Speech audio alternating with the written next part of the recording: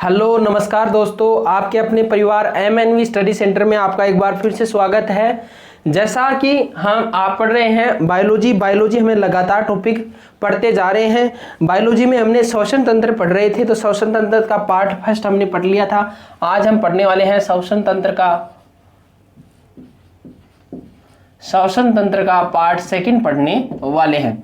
First part में मैंने पूरी प्रक्रिया समझाई थी, कैसे नासिका से नासा का पार्ट, ग्रसनी, लैरिंग्स, फिर वायु नलिका, और फिर क्या होता है ब्रोंकाई और वायुकोश। ये पूरा मैंने आपको अच्छे से समझाया था। आज हम पढ़ने वाले हैं जो श्वसन तंत्र के प्रकार हैं वो कितने प्रकार के होते हैं, और जो वायवीय श्वसन होता है उससे हमें 36 ATP प्राप्त होती है। तो ATP क्या होती है और अवायवीय श्वसन क्या होता है, RBC में वायवीय श्वसन होता है या अवायवीय श्वसन होता है, अवायवीय श्वसन होता है तो क्यों होता है, इसकी जानकारी हम अच्छे से लेने वाले हैं। तो आज हम पढ़ने वाले हैं श्वसन तंत्र के प्रकार।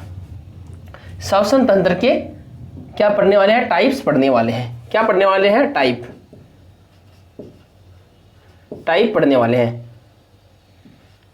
पढ़ने वाले हैं। पहला पढ़ेंगे तो पहला आता है वायवीय श्वसन। कौन सा आएगा, वायवीय श्वसन। पहला आता है, कौन सा आता है, पहला आता है वायवीय श्वसन, दूसरा होता है अवायवीय श्वसन।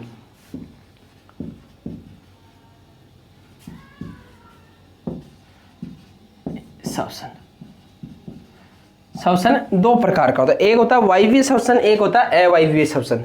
वायवीय श्वसन में क्या होता है, इसमें तो क्या होती है, ऑक्सीजन उपस्थित होता है, यानी कि ऑक्सीजन की प्रेजेंस, यानी कि ऑक्सीजन की उपस्थिति में जो श्वसन होता है वो कौन सा श्वसन होता है, वो होता है वायवीय श्वसन। अवायवीय श्वसन क्या होता है, ये ऑक्सीजन की अनुपस्थिति में होता है। सीधा एकदम से अच्छे से आपको समझ में आने वाला है, सीधा आपको अच्छे से समझ में आ जाएगा। अब जो वायवीय श्वसन होता है ना, ये किस में होता है, तो ये तो होता है माइटोकॉन्ड्रिया में।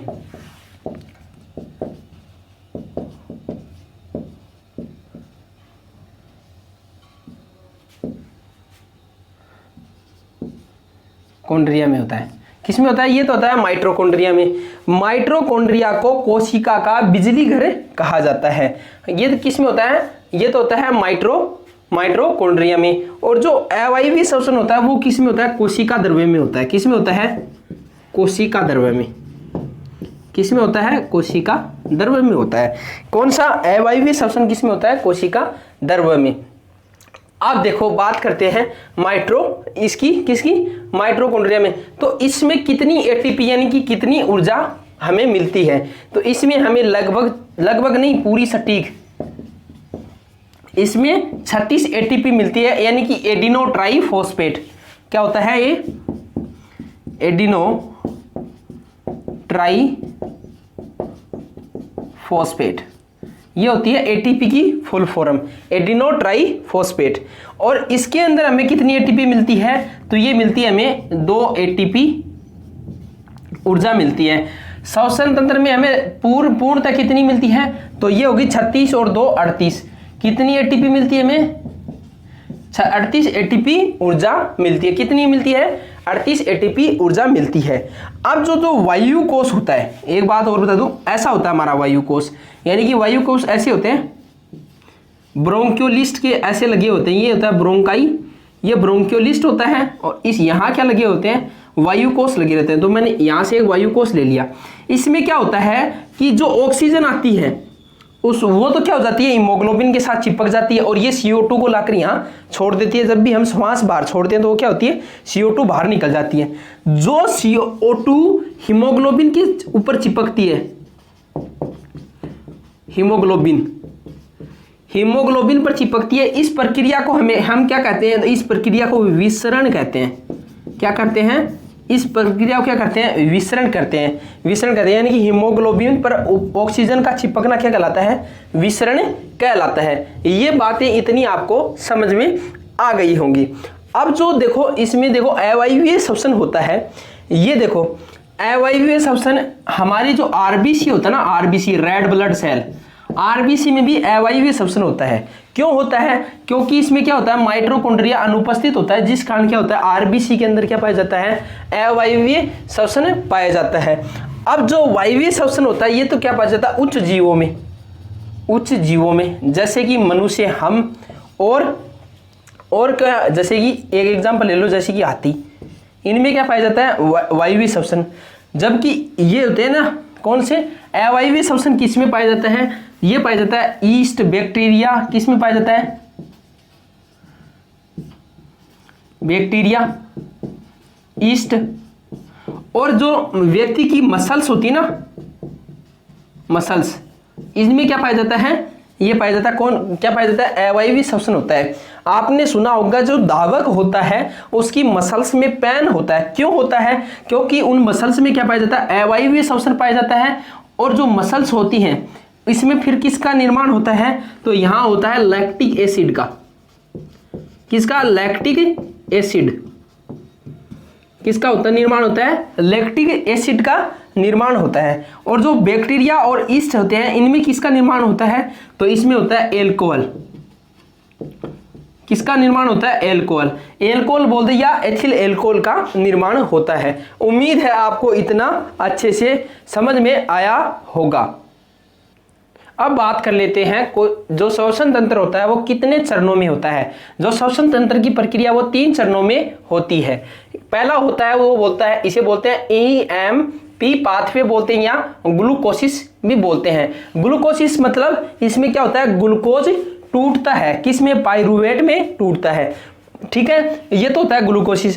केब्रस चक्र में क्या होता है, जो पाइरूवेट होता है वो ऑक्सीजन के साथ क्रिया करके क्या बनाता है, CO2 प्लस जल बनाता है और प्लस क्या बनाता है, आयरन बनाता है। फिर क्या होता है, इलेक्ट्रॉन परिवहन श्रृंखला में क्या होता है, जो आयरन होता है वो ऑक्सीजन के साथ क्रिया करके ऑक्सीकरण होता है आयरन का, और फिर वो यहाँ कितनी 34 ATP ऊर्जा बनाता है। तो देखो किस प्रकार से, फर्स्ट पॉइंट देखो तीनों में, ये क्या है, एक प्रकार का अवायवीय श्वसन है,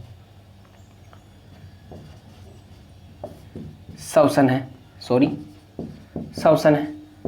यह क्या है, एक प्रकार का वायवीय, ये भी एक प्रकार का क्या है, वायवीय श्वसन है, श्वसन। यानी कि ये तो क्या है, अवायवीय श्वसन है, ये वायवीय श्वसन है, और ये भी क्या है, वायवीय श्वसन है। अब देखो बात कर लेते हैं, ये अवायवीय होगा तो वो किस में होगा, तो ये होता है कोशिका द्रव्य में होता है। किस में होता है, कोशिका द्रव्य में होता है। किस में होता है, ये होता है कोशिका द्रव्य में। ये किस में होता है, तो ये होता है माइटोकॉन्ड्रिया में, कॉन्ड्रिया, ये होता है माइटोकॉन्ड्रिया में। और ये किस में होता है, ये भी किस में होता है, माइटोकॉन्ड्रिया में, कॉन्ड्रिया में। तो ये दोनों किस में होते हैं, माइटोकॉन्ड्रिया में, और ये होता है कोशिका, किस में होता है, ये होता है कोशिका द्रव्य में होता है। अब बात कर लेते हैं इसमें क्या होता है, इसमें क्या होता है, ग्लूकोज का टूटना ही क्या ग्लूकोसिस कहलाता है। ग्लूकोज टूटता है, इसमें क्या होता है, ग्लूकोज टूटता है। कैसे टूटता है, ग्लूकोज टूट के क्या बनाता है, ग्लूकोज टूट के क्या बना लेता है, तो इसमें बना लेता है ग्लूकोज पाइरोवेट बना लेता है। वेट क्या बना लेता है, ग्लूकोज क्या बना लेता है, पाइरोवेट बना लेता है, या पाइरुबिन भी, पाइरुबिन अम्ल बना लेता है। क्या बना लेता है, क्या बनाता है, सॉरी,